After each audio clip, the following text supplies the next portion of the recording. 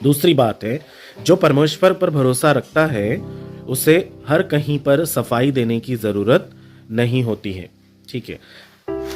पहला पत्रस उसके 2 और उसके 23 में क्या लिखा है, जब लोग उसे गालियां देते थे तो उसने बदले में गाली नहीं दी, पर उसने अपने आप को सच्चे न्यायी के हाथ में सौंप दिया। क्या होता है कि जब हम जवाब नहीं देते हैं तो हम ये घोषित कर देते हैं कि हमारा जो रक्षक है वो हमारा परमेश्वर है, हमारी ओर से सफाई देने वाला वही है। मेरे प्रियो, ये जान लें कि परमेश्वर आपसे इतना प्रेम करते हैं कि यदि आप पाप से निर्दोष हैं, अगर आपने कोई गलती नहीं की है, तो परमेश्वर आप उतर कर आपके लिए सफाई देने को हाजिर होगा। ये एक ऐसा गहरा रहस्य है मेरे प्रियो कि ये जो युद्ध होता है ना, ये भौतिक मंडल में नहीं होकर के आत्मिक मंडल में है, मध्य आकाश में है, और परमेश्वर उन्हीं से लड़ते हैं और फिर जो भौतिक मंडल में उसका असर दिखाई देता है और हम परमेश्वर के द्वारा बचाए जाते हैं। तीसरी बात, जब हम चुप रहते हैं तब परमेश्वर बोलते हैं। जी हाँ मेरे प्रियो, बाइबल में क्या लिखा है? निर्गमन 14 के 14 में, यहोवा आप तुम्हारे लिए लड़ेगा, इसलिए तुम चुपचाप रहो।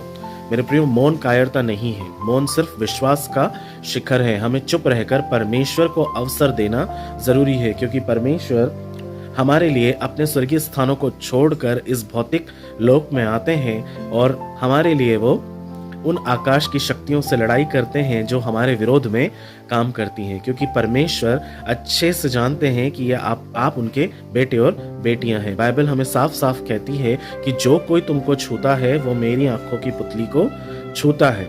यहोवा हमारा रक्षक हमारी ओर से हमारी ढाल है, वो हमारी झीलम है, वो कभी भी हमें चोटिल होने नहीं देगा। आखिरी बात, मनुष्यों की अदालत तो अस्थायी होती है, परंतु परमेश्वर का न्याय शाश्वत होता है। हर आरोप का उत्तर देना हमको जरूरी नहीं होता है। कुछ आरोप ऐसे होते हैं जिन्हें हमें परमेश्वर के हाथों में जितना जल्दी हम सौंप दे उतना अच्छा हमारे लिए होगा, क्योंकि बाइबल क्या कहती है कि मनुष्यों की अदालत तो अस्थायी है, फिर परमेश्वर का न्याय शाश्वत कहलाता है। जो परमेश्वर कहता है आखिरी वर्डिक्ट फिर वही होता है। इसलिए हमेशा ध्यान रखिएगा कि कभी भी ऐसे समय में जब आप फंस जाएं, जहां कहीं पर आपके ऊपर आरोप लग जाते हैं, तब आपको अपने आप को धैर्य से लेना है, शांत रखना है, बेचैन नहीं होना है। मैं जानता हूं ये मुश्किल होता है, परंतु बेचैन नहीं होना है। सारे बैटल्स को परमेश्वर के हाथों में दे देना है। जब वो न्याय करेंगे तो उनके न्याय के आगे कोई भी ठहर नहीं सकेगा। मेरे प्रियो, मैं विश्वास करता हूं परमेश्वर इन छोटी छोटी बातों से आपको बड़ी बड़े रहस्य सिखा